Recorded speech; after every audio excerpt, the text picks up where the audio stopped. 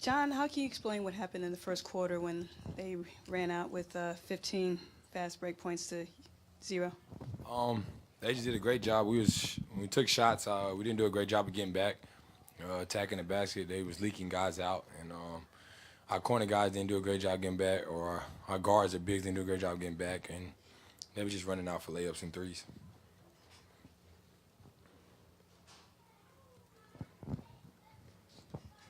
John, you guys have done such a good job this season of kind of readjusting either in quarters or at halftime. What was kind of missing this game for you guys to not be able to make that adjustment? We made readjustments. I mean, they had 15 first quarter fast break points. They only ended up with, I think, 19. So we adjusted to that. It's just they got out to a big lead. Guys got into a rhythm, making threes and making shots. Maybe Bradley got hot. Jay Crowder made shots. Al Horford was making shots, and it seemed like every time we would make a run, they was keeping the pedal to the metal. So we didn't do a great job of stopping their fast break points in the first quarter. Hey, John, Mark D'Amico, Celtics.com. Coach Brooks was just up here, and he said that he thought that a little bit of human nature might have crept in for you guys tonight, and you relaxed a little bit after winning the last two games. Why is it so difficult for teams to block that out and not allow that to affect them? For one, I really don't think we relaxed. I think they kind of surprised us when we took shots. They were just leaking out and getting out, and they made adjustments. It's something they must have seen on the film, and they killed us with it in the first quarter. We kind of took their fast break points away from there, but guys was already into a rhythm and making shots. And kind of with our team, it happens throughout the season. You're tired of seeing it, but when we're not making shots, we kind of let it affect how we play defensively, and I think that's what happened tonight. Joseph Pavone, WEEI.com, Causeway Street Podcast. John, why is it so tough to play here in Boston, and what do you think are the kind of adjustments that your team needs to do in order to avoid going down so quickly in the first quarter, or going down by a lot? Well, this is the first time we went down the series here. I mean, we came in the first two games and took care of business in the first quarter, came out aggressive. Tonight we didn't do that. I give them credit, their coaching staff credit. They made adjustments and got out and got fast break points early. And that's something we have to look at on film and do a better job of that. But we've been into games. This is probably the only game we haven't been into in the series so far. Hey, John. Steve Belpat, Boston Herald. With the attention you guys are paying to Isaiah, is it a guy like Avery bound to get those kind of looks? And how bad did he hurt you with him tonight? Well, he did a great job of in transition, he got a lot of points early on in transition, a lot of dunks, got wide open threes. So what we're doing to Avery, what we're doing to Isaiah didn't really make an adjustment to what they did.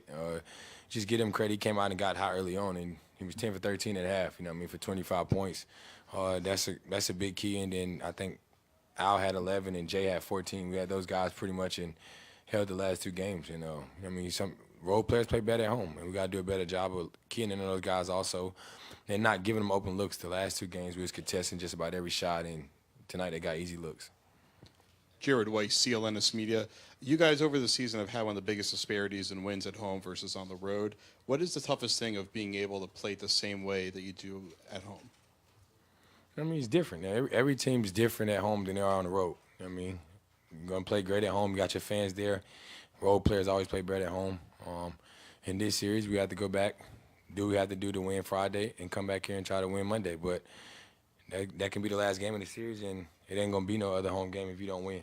So the role players and your stars have to come out and play at a high level on both ends of the floor from the start for 48 minutes. It's Julian Bimbo from the Globe on your right side.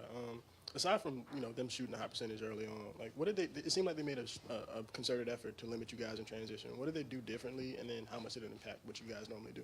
No, I don't think so. We had 14 fast break points. They had 15 early on. We got an opportunity. We just missed some shots. We missed some open looks, missed some layups at the rim. And whenever they shoot almost 50% from the three, they're a tough team to play against. We only made 7. And our team thrive off of that, moving the ball, getting open shots. They're the more physical team today. So throughout this whole series, whoever's the most physical team has won every game. And like I talked about before we came here and played game 5, that you have to be the physical team if you want to win. And tonight, get them credit, they was the most physical team.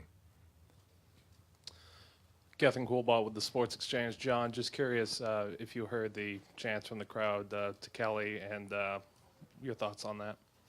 They're going to do what they want to do. I think Kelly did a great job of handling it. He didn't let it bother him.